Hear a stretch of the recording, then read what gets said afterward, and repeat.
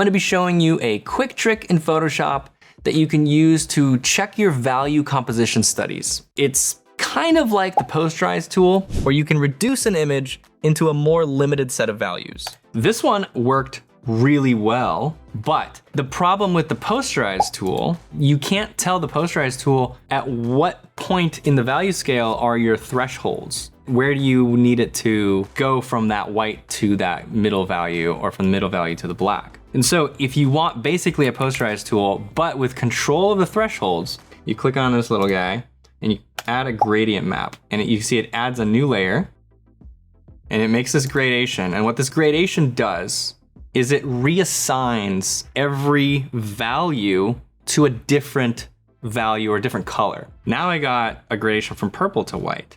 And then I could say, well, my lights, I don't want it to be white. I want it to have like this warm glow to it. And then you can choose kind of a color composition for yourself. A lot of illustrators will maybe do this to take black and white study or a sketch to a colored one very quickly, to where you can assign some shadows a specific color and your lights a specific color. And then you could even go beyond that and you could say, well, I don't want it to just be a linear gradation from purple to orange. I want to add a third value. You just click down here and you say, well, I want it to go from purple to like this hot orange or hot kind of a red, then to a yellow. And then even in here, between each one, you have this little marker and you can move it. You see that it's a very hard step now from the yellow to the red, because I don't have a smooth gradation here. Instead, I have a very sharp edge. I could do the same thing in here. Create a hard edge from purple to the red. And now I have 3 very clear steps. So you can see kind of where I'm going with this. I could just do 3 different values.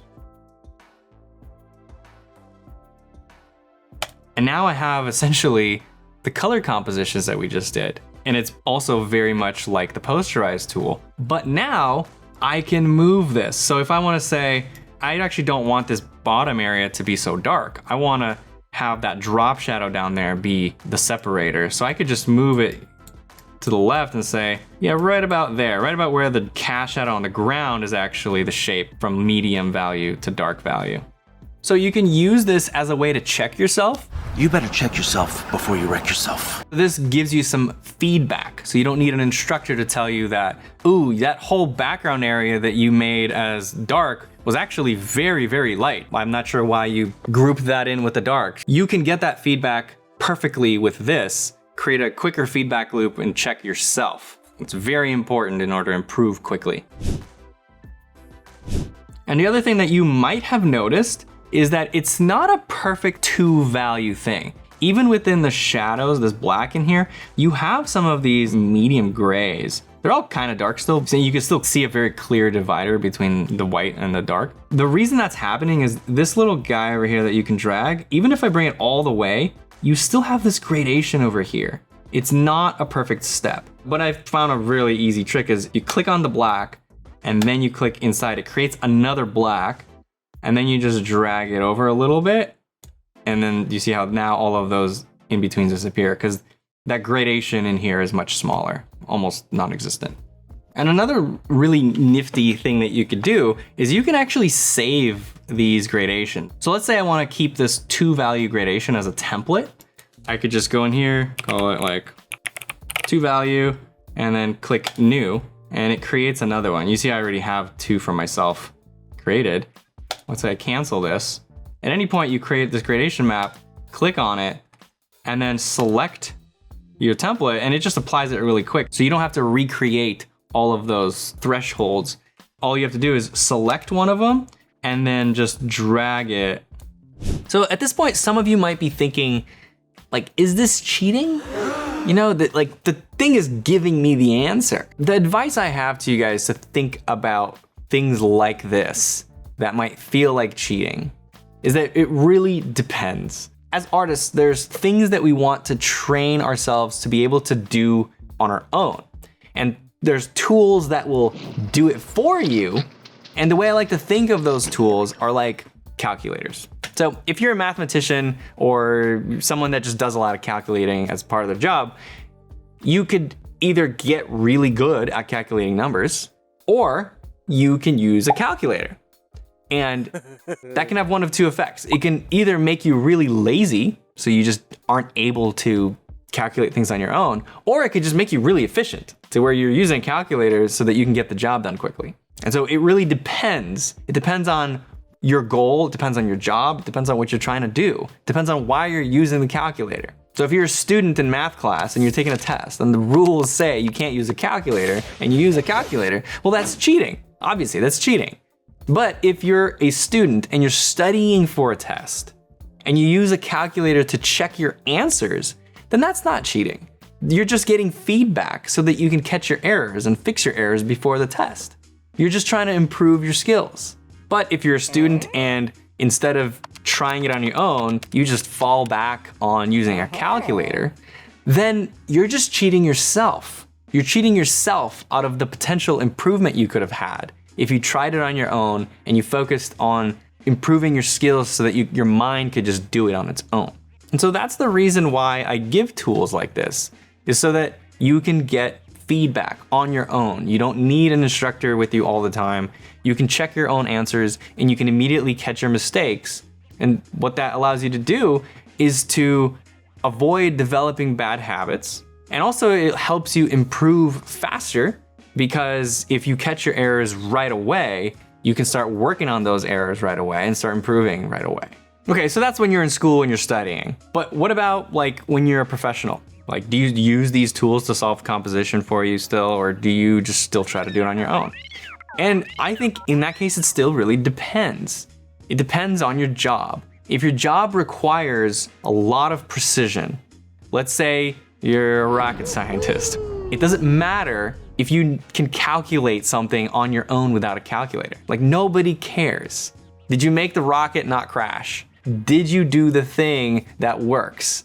And so in professional art jobs, it's the same way. You could have a job that requires precision, and it doesn't matter what your skill was. Like, you're not putting your name on it. It's just it's a job where like it's a technical rendering of some product and the product needs to have exact proportions. It's like, yeah, just project it, trace it. Like you need to just get that precision in there.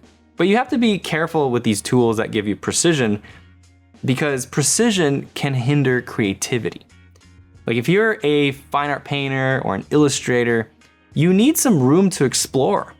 You can't just have 100% precision, because you need to explore ideas, you need to push and you need to pull, and you need to try to change the colors and the values and move things around. You gotta try different things to see what works better.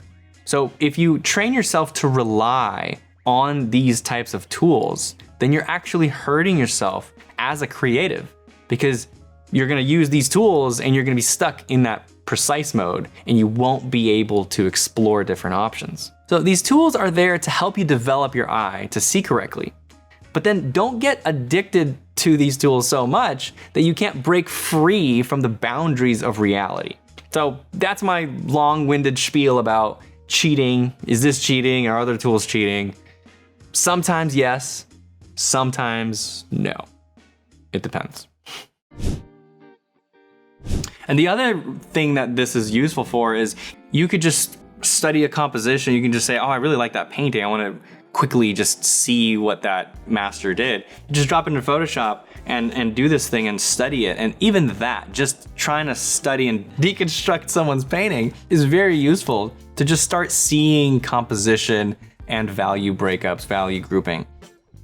Then sometimes if you want to simplify that even more to where in a little thumbnail you can get like really quick shapes, then what you could do,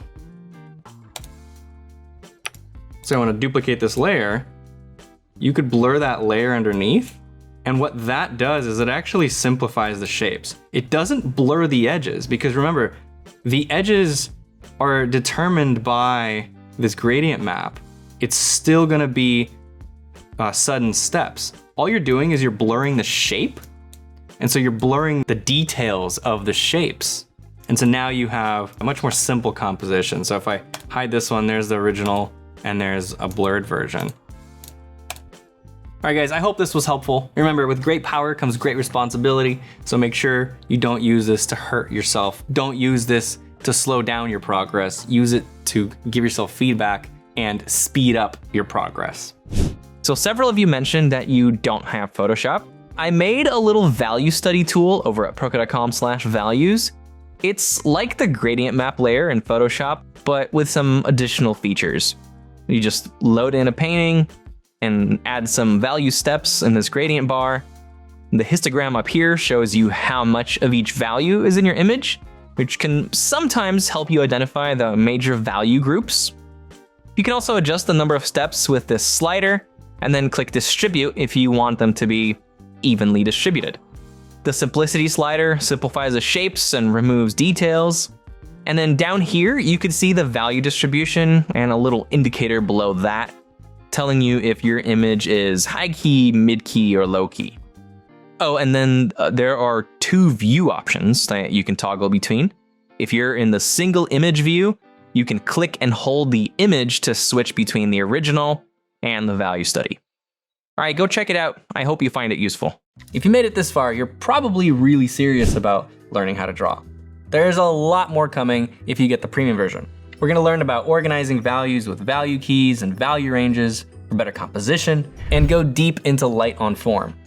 I'll give you exercises and projects to help you practice, and I'll do a bunch of demonstrations and critique videos to guide you along the way. This course already has over 100 lessons about line, shape, perspective. The remainder of this course is all about shading. I hope to see you in the premium section. That's over at proko.com/drawing.